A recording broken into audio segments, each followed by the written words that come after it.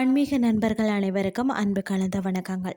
இன்றைக்கு நாங்கள் ஆன்மீகம் சம்பந்தமான பதிவில் பார்த்தீங்கன்னா, செவ்வாய் தோஷம் நீக்கம் நவ கைலாயம் கோடகநல்லூர் கைலாசநாதர் திருக்கோயிலை பற்றி தான் பார்க்க போகிறோம்.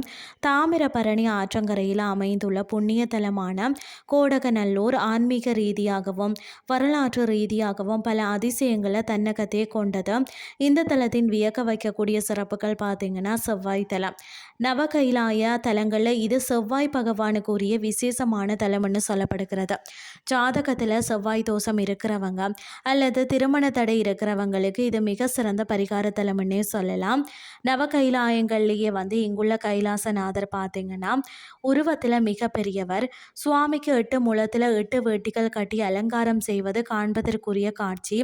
இங்கு அன்னை ஆனந்த கவுரி 5 தலை நாகத்தின் கீழ் நின்ற நிலையில் அருள் பாலிக்கிறாராம். சர்பயாட்சி என்றும் நாகாம்பிகை என்றும் போற்றப்படுகிறார். நாகதோஷம் இருக்கிறவங்க இங்கே வழிபடுவது மிகுந்த பலனை தரும். இது தவிர பார்த்தீங்கன்னு சொன்னால் அன்னை சிவகாமிக்கு இங்கே தனி சந்நிதியும் இருக்கிறதா. நந்திக்கு தாலி கட்டும் வழிபாடு. திருமண தடை நீங்கணும்னு சொல்லி 58 விரலி மஞ்சளை தாலி கயிற்றில் கோர்த்து நந்திக்கு மாலையாக அணிவிச்சு வழிபடக்கூடிய முறை இங்கு மிகவும் பிரபலமாம். சுவாமியின் பிரம்மாண்டத்தை உணர்த்தும் வகையில் இங்கு கொடிமரம் மற்றும் பலிபீடம் கிடையாது என்பதும் ஒரு தனித்துவமான அம்சம். வழிபாட்டு பலன்கள் பார்த்தீங்கன்னா, செவ்வாய் தோஷ நிவர்த்தி, திருமண தடை நீங்குதல், நாகதோஷங்கள் அகலுதல், மன அமைதி மற்றும் தொழில் மேன்மை.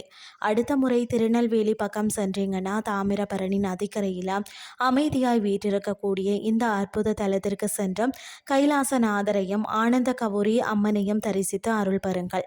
இன்றைய ஆன்மீகம் சார்ந்த பதிவு உங்களுக்கும் பிரயோசனமாக அமைஞ்சிருக்கும்னு சொல்லி நான் நம்புகிறேன். இதே மாதிரி மற்றும் ஒரு ஆன்மீகம் சார்ந்த பதிவோடு உங்களை சந்திக்கிறேன். நன்றி.